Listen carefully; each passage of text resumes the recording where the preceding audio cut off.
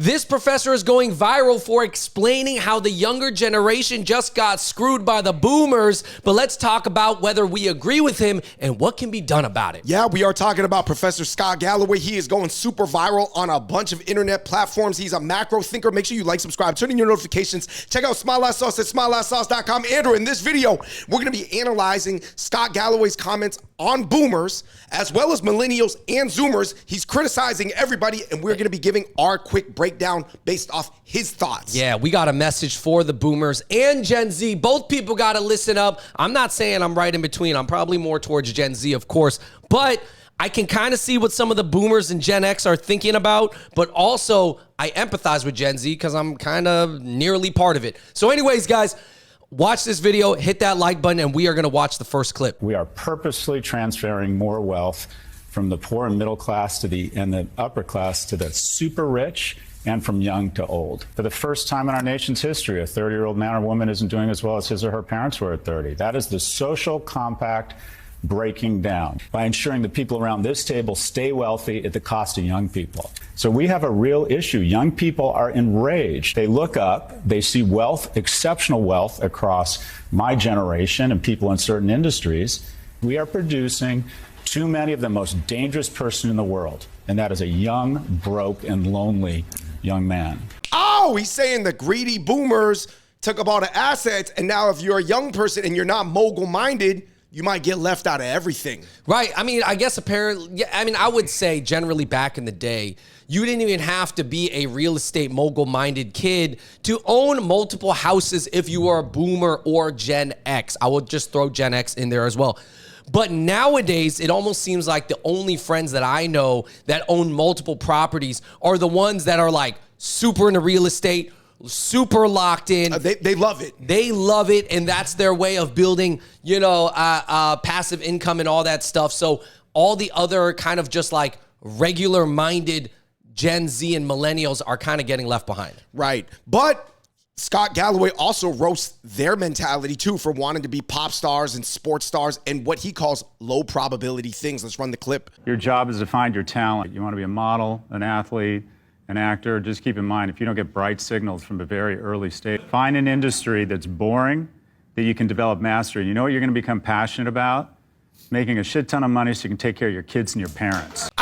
Andrew, I guess, does it surprise you that Scott Galloway is going so viral right now on a variety of platforms? Because he's roasting both sides. And you know what's kind of crazy is, David, that we're YouTubers, but we also like started in the entertainment industry in like Hollywood, having these, to be honest, low probability dreams. But I think I've come to realize that, man, it's okay to just be practical and live a life, man. Not everybody got to pursue their passion, okay? Because sometimes you just need to get good at something, make money, and not hate your life. If you don't hate your job, I always said this to all my friends who were like, oh, should I start this side thing? Should I pursue entertainment? I'm like, listen, if you got a good job that you don't hate and pays pretty well, just stick with it, man, and just do Instagram on the side. Or try to fulfill your life outside of work. Right. So anyways, David, we got 5 thoughts for boomers, 5 points that you want to say to boomers and Gen X or the people who are running this system who kind of set Gen Z and millennials up for a tough time. I just have thoughts on what Scott Galloway said. My first point is that this is a function of late stage capitalism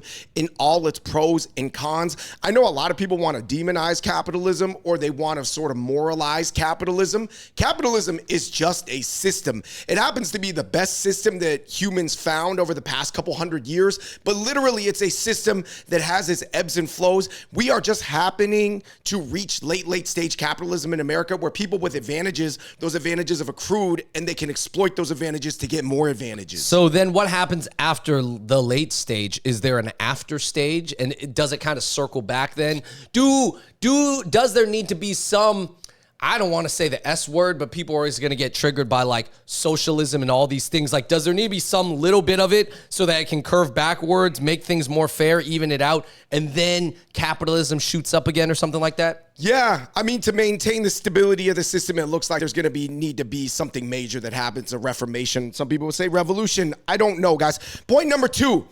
If everybody is chasing the similar dreams to being a 10X like real estate Grant Cardone type of guy, it's going to crunch everybody because not everybody in the society, Andrew, is destined, like you said earlier, to be a super capitalist. Right. Not everybody has those systems or those desires or even those capacities. Right. Now, should those people, in all fairness, should they get left behind in this world where people can buy as much real estate as they want? Corporations, hedge funds can buy all these properties. And if you just don't want to buy property that bad, then you're just going to get left behind. That is what it is, right? Yeah, I mean, it's an interesting situation. I know up in Europe, they just have a different thinking about capitalism and real estate accruement. It's just the whole mentality is different.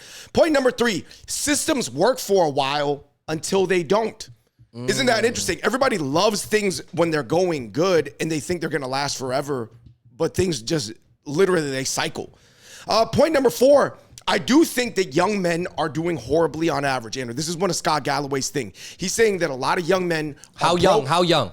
In their 20s. They're young, disaffected, dismotivated. They don't feel any mission in life. And he said that this is one of the worst possible things in a society. Yeah, well, because if, according to the manosphere and just people in general, men obviously built a lot of, they build the buildings, they build like a lot of stuff. Men do. So if men aren't inspired to do things and they're the protectors and the builders usually, then that's a bad sign, right? Yeah, I mean, I think it's a bad sign because men possess a lot of testosterone. Testosterone will find its way to, I don't want to use the word excrete, but basically it will manifest itself through different channels. And you're obviously trying to provide a society where those channels to excrete that masculinity, or the testosterone are not toxic. All right, so what did the comments say about boomers, David? Because obviously there's been a lot of boomer slander the past 5, 6, 7 years.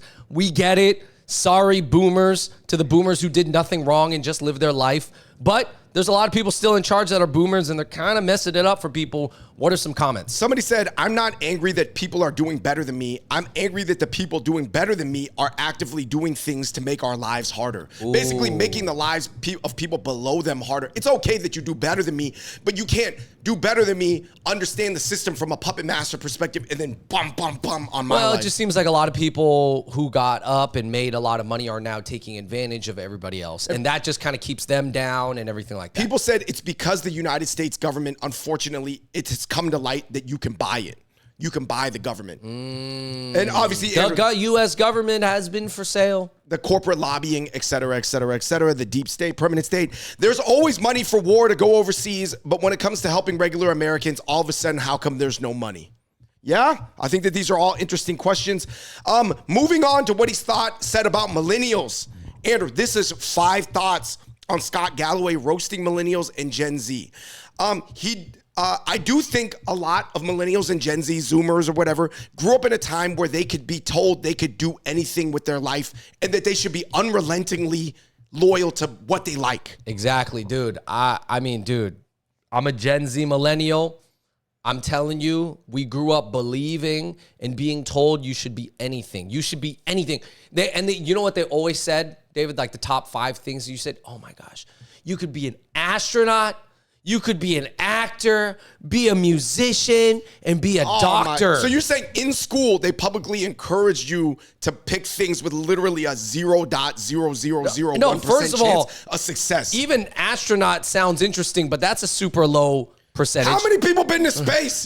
Dude, less people have been to space than people who have $1 million Instagram accounts. But I'm telling you, whether it was actor, entertainer, or musician, those things, I'm not going to lie, seem so alluring to our generation and even to us. Obviously, us being part of it. You're talking about MTV. Yeah, no, I mean, those are our dreams. But I understand that there's a practicality to it. And like, man, that's why I never knock my friends with regular jobs. Like I never, ever do because they're supporting their family. They're buying houses. Thank you for not being an influencer. Yes. Not everybody should be an influencer. Number 2, Andrew, how much blame falls on a generation? Theoretically, if every generation of human is biologically the same as a previous generation, can you still blame this like glassy-eyed dreaminess that Gen Z and millennials have on the boomers' education system that they designed? It's tough. I don't know I don't think that in 99% of the boomers' minds that they meant to do this. I do think that there's 1% who just figured that it was going to continue to benefit them. But I think most boomers did not realize it was going to have these effects. Who would have known? Right. Who would have known telling kids to be actors and pop stars would have led to a bunch of low probability outcomes and people being waiters for 30 years of trying to figure it out. Number 3, Andrew, I think that Scott Galloway actually sounds like a very conventional Asian parent, but Asian parents oftentimes don't articulate their wisdom. Mm-hmm. You know, Asian parents, they're just like, yeah, just get a STEM job. All that other stuff's stupid, silly. But Scott Galloway's sort of like providing a context for why, you know, saying low probability outcomes. Yeah. Scott Galloway also, to me, looks like a bold Ryan Reynolds. I think Ryan Reynolds will play Scott Galloway in a biopic someday. Number 4, passion can work, but I've seen it fail a lot too. It's just about probabilities, right? Like everybody wants to look at people where their passion did work, but obviously for every person whose passion did work, there's probably like anywhere from 10 to 20 to 30 to 100 people that tried the exact same path where it didn't work. Yeah, I love how this saying got more and more practical over the years, David. It started, follow your dreams. And then everybody's like, nah, don't just follow your dreams, follow your passion. What are you actually passionate about? And then everybody's like, no. Let's just say follow your talent. What are you good at? And then maybe you should do that instead. And that's more practical. Right. It's sort of like the food pyramid. The food pyramid used to tell people to eat 12 carbs a day. Nowadays, people are like, maybe like 2 or 3 carbs max. Ultimately, here's my takeaways, man. I'll say this. I don't know if we're looking at the fall of Rome when it comes to America, but if you're blaming the boomers creating the millennial dreamers, and now we're at the doomers who are the zoomers that believe everything is doomed, I guess you could still blame the boomers, ultimately. I guess if you like, because they were the ones who designed the systems for the millennials and the zoomers. Yeah, I think that what needs to be done is that millennials and Gen Z need to take it upon themselves to be a little bit more practical in life. I think that's fair to say that we have to look at ourselves and be like, all right, we got to do something. At the same time, keep yelling and complaining and telling the boomers that they did something wrong, because that is going to inspire some change, or at least inspire the next generation of millennials who become leaders, who become powerful in this country. Now, that's what's going to need to happen, because everybody needs to know that the exact system and how it has been going is not going to last, and it's going to lead to a lot of bad things in America. But don't give up. Don't give up the fight, because, even though the government moves slow, you as an individual move faster, so you got to take care of your own life and figure it out. There's some sense of that. But also, the government moves too slow. It really does. And it can't keep up with technology in modern times and stuff. I'll say this, man. A lot of life, you got to read and react in these gray zones. You know, it's almost like a high pick and roll. Your coach can't tell you how to read it. He can just give you the principles on how to read life when life comes at you, guys. Anyway, like you said, I think the millennials and Zoomers need to be more conservative and practical. Boomers, definitely some of the greed got out of hand. What do you guys think of Professor Scott Galloway? He's going super viral right now. Got a brand new book. Let us know what you think in the comment section below. Until next time, we're the Hop Hop Boys. We out. Peace.